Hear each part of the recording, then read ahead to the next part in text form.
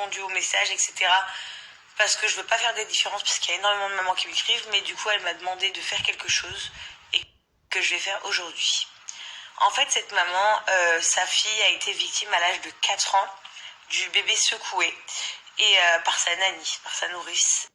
Et du coup, aujourd'hui, sa fille, elle a 6 ans et elle a des problèmes de vue, elle a des problèmes d'humeur, enfin, elle a plein de petits problèmes qui font que les parents, ça les impacte beaucoup sur leur quotidien, ce qui est normal.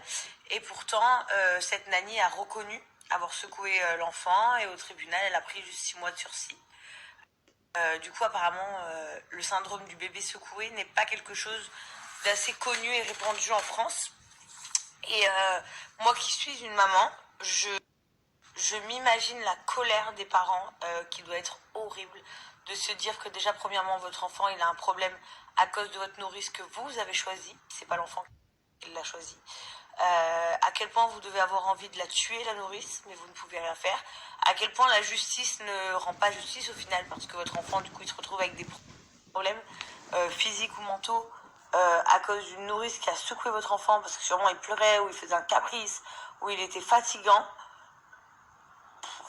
C'est horrible, ou ça peut même peut-être nous arriver, c'est-à-dire des fois, nos enfants, ils sont insupportables et tout, et on lui dit, oh, ça suffit maintenant, et après, ils se retrouvent avec des vrais problèmes, et on se rend pas compte.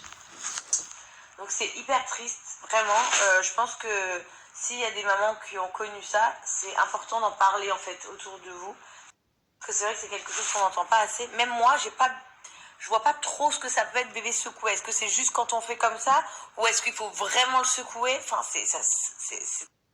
Bon, en tout cas, quoi qu'il en soit, c'est hyper inquiétant et ça fait peur. Ça fait vraiment peur.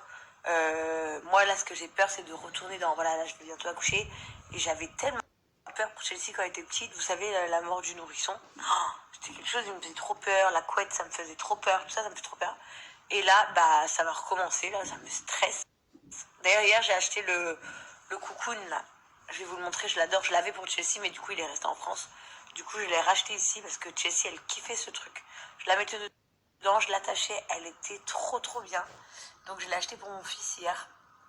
Et aussi, je lui ai acheté tous les biberons pour après l'allaitement ou faire l'allaitement mixte. Je sais pas trop ce que je vais faire encore.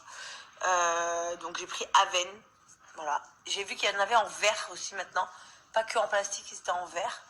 Mais je j'ai pas opté pour ça parce que du coup, je pense que c'est hyper bien. Mais ça doit se casser toutes les 2 minutes, quoi, en fait. C'est un peu la galère. Et hier, j'ai également acheté la crème pour les tétons. Rien que de repenser à cette douleur, j'ai l'angoisse. Voilà. Jamais j'aurais pensé qu'à l'été, au tout début, ça faisait mal comme ça.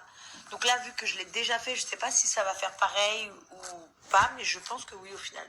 Parce que ta poitrine redevient dure, au final il t'aide mal, au final t'as des crevasses. Donc je pense que c'est pas parce que tu l'as déjà fait que ça va mieux. Mais qu'est-ce que ça fait mal les premières semaines.